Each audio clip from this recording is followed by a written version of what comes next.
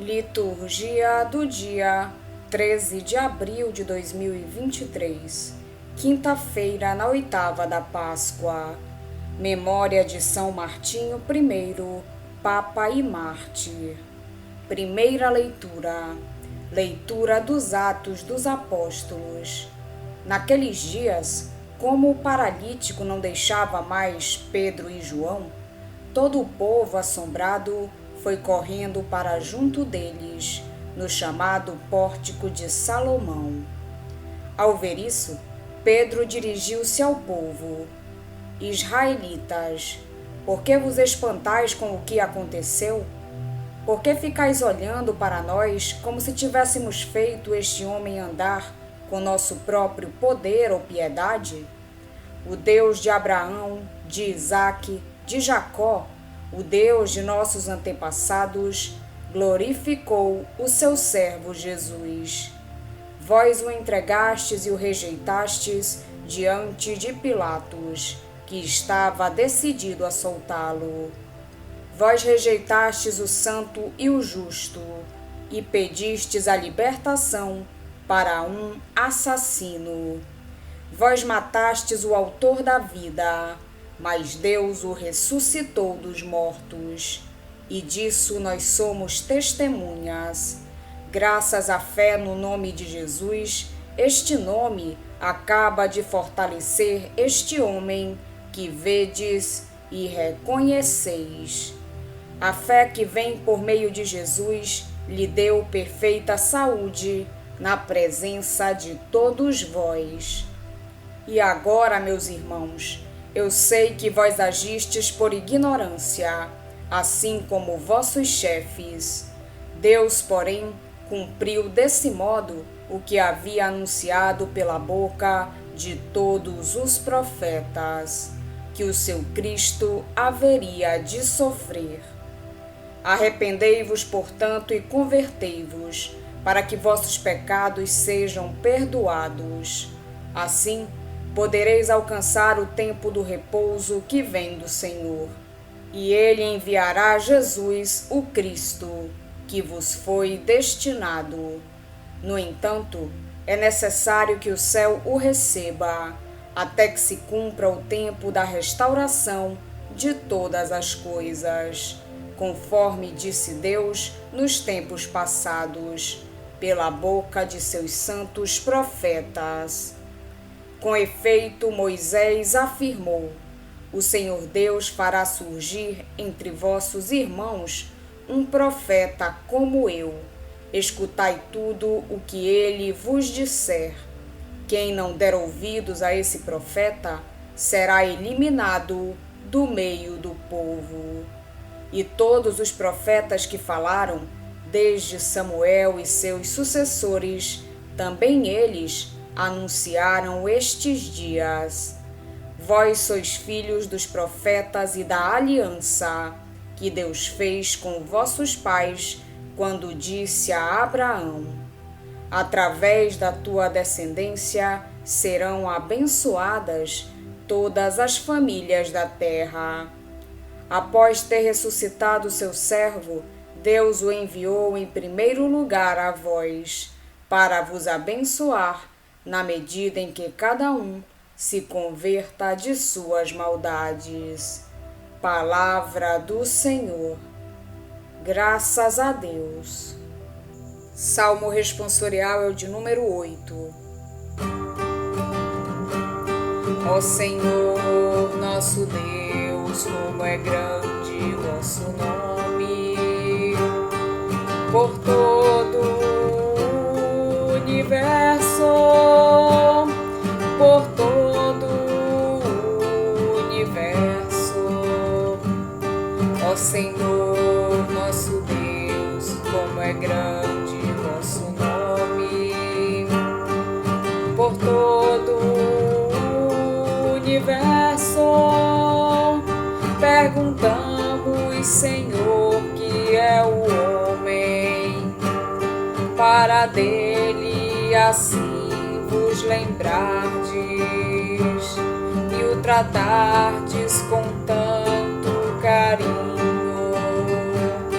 Ó Senhor, Senhor nosso Deus, como é grande vosso nome, por todo o universo, por todo o universo. Pouco abaixo de Deus o fizestes, coroando de glória e esplendor. Vós lhe destes poder sobre tudo, vossas obras aos pés lhe pusestes. Ó Senhor nosso Deus, como é grande vosso nome, por todo o universo, por todo o universo. As ovelhas, os bois, os rebanhos, todo o gado e as feras da mata, passarinhos e peixes dos mares, todo ser que se move nas águas. Ó Senhor nosso Deus, como é grande vosso nome, por todo o universo, por todo o universo. Evangelho de Jesus Cristo, segundo São Lucas. Naquele tempo, os discípulos contaram o que tinha acontecido no caminho e como tinham reconhecido Jesus ao partir o pão.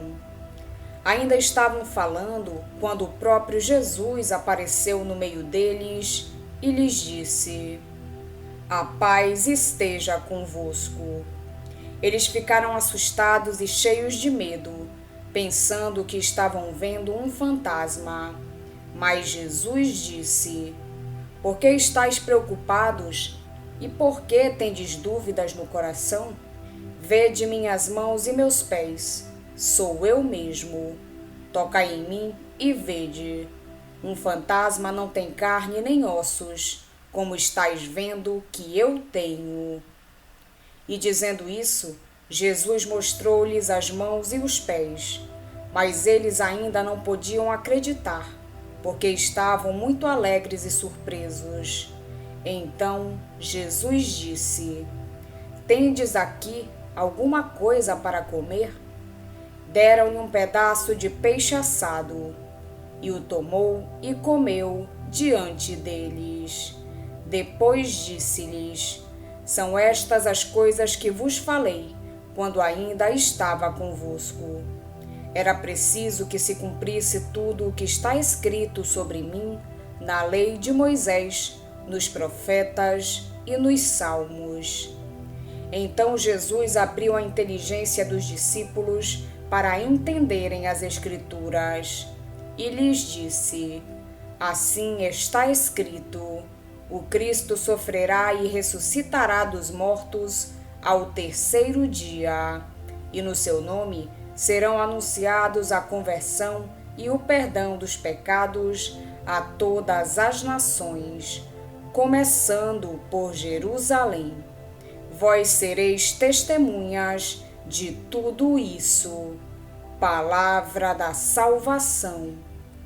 Glória a vós, Senhor. O discurso de Pedro revela o sentido e a justificação da cura do coxo junto à Porta Formosa, e ao mesmo tempo serve de apoio para a exposição do querigma cristão. Os ouvintes reagem com admiração, vendo a cura como uma ação de Deus, realizada graças à bondade e à santidade dos apóstolos.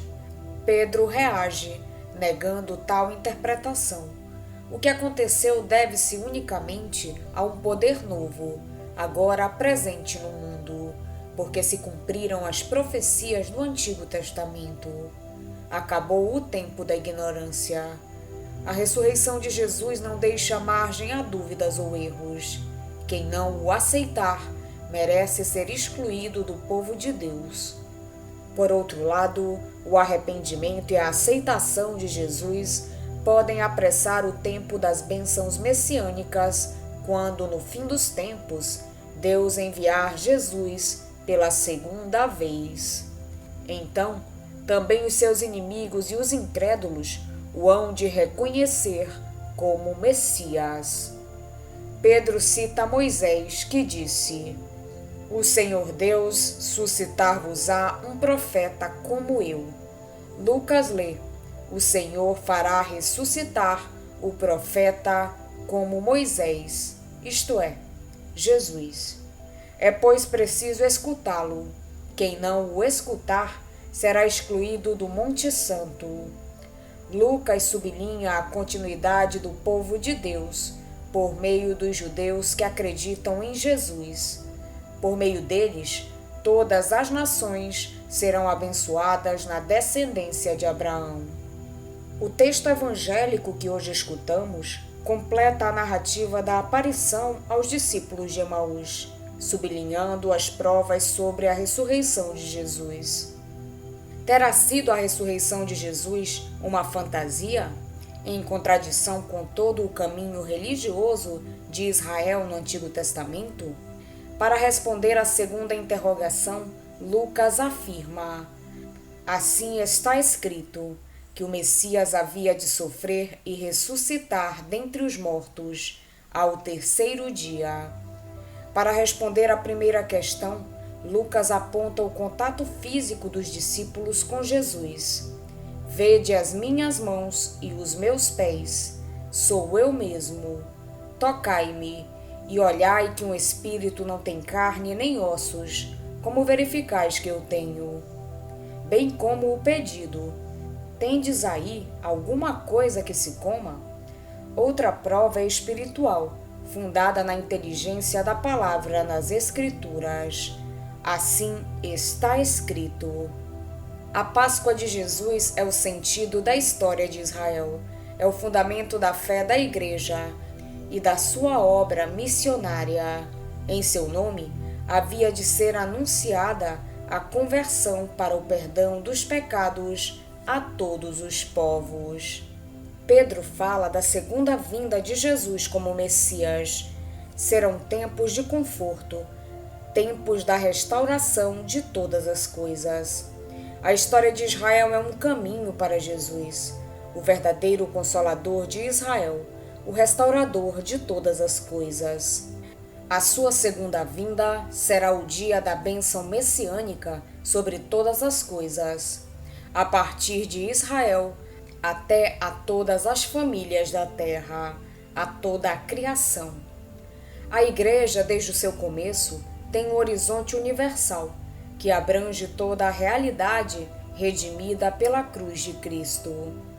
Pedro olha com otimismo o futuro de Deus, porque sabe que a ressurreição de Cristo é um acontecimento decisivo.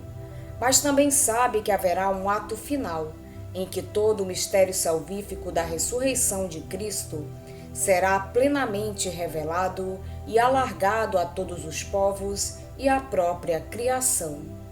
As suas palavras anunciam o já e o ainda não da história cristã. Entre o já da Páscoa e o ainda não da ressurreição definitiva de todas as coisas está o tempo oportuno para a conversão, para nos tornarmos dignos das bênçãos messiânicas.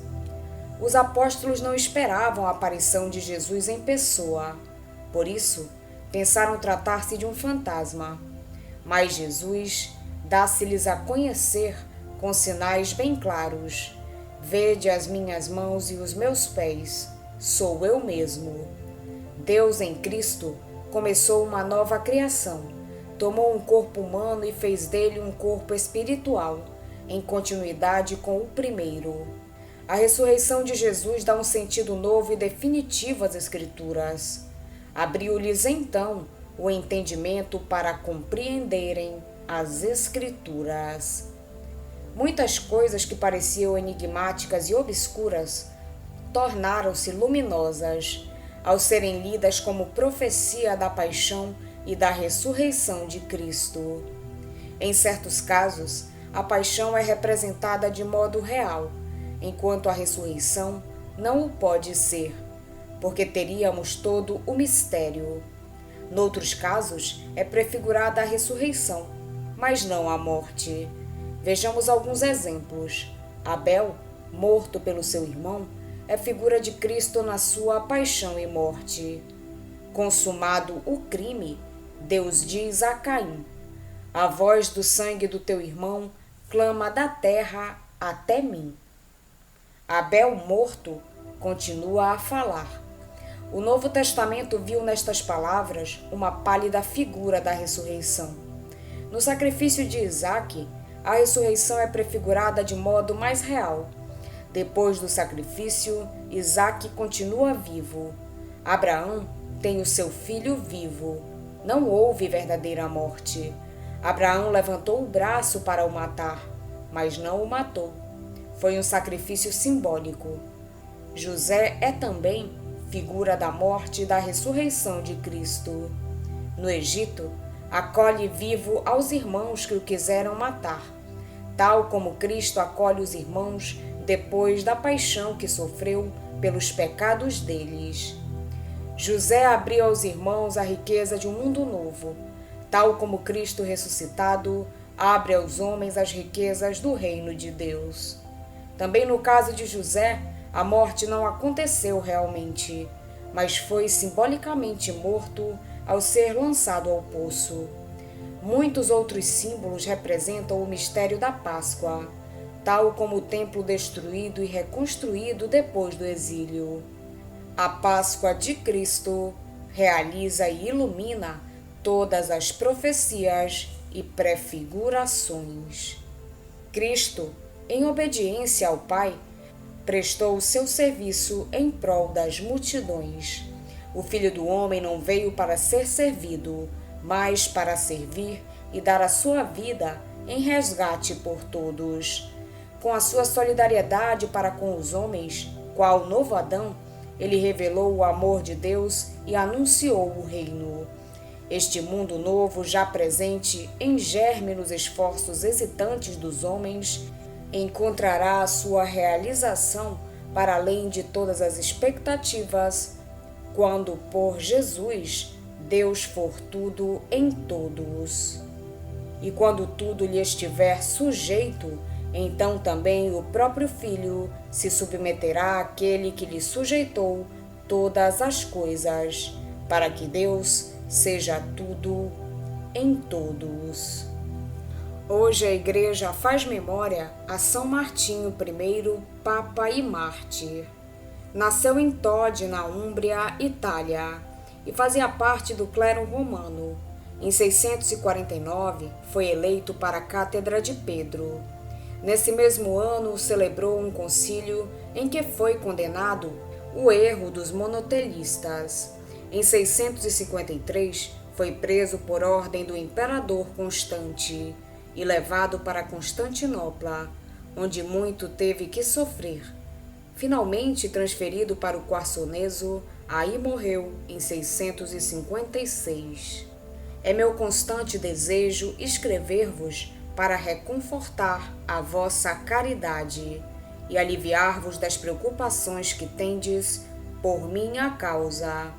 Vós e todos os santos e irmãos meus, que por amor do Senhor tanto se interessam por mim. Também agora vos escrevo acerca dos sofrimentos que me oprimem. Digo-vos a verdade em nome de Cristo nosso Senhor. Isolado de todo convívio humano e afastado da responsabilidade apostólica, vivo como se não vivesse. Os habitantes desta região são todos pagãos, e aqueles que vieram para cá também adotaram os costumes locais.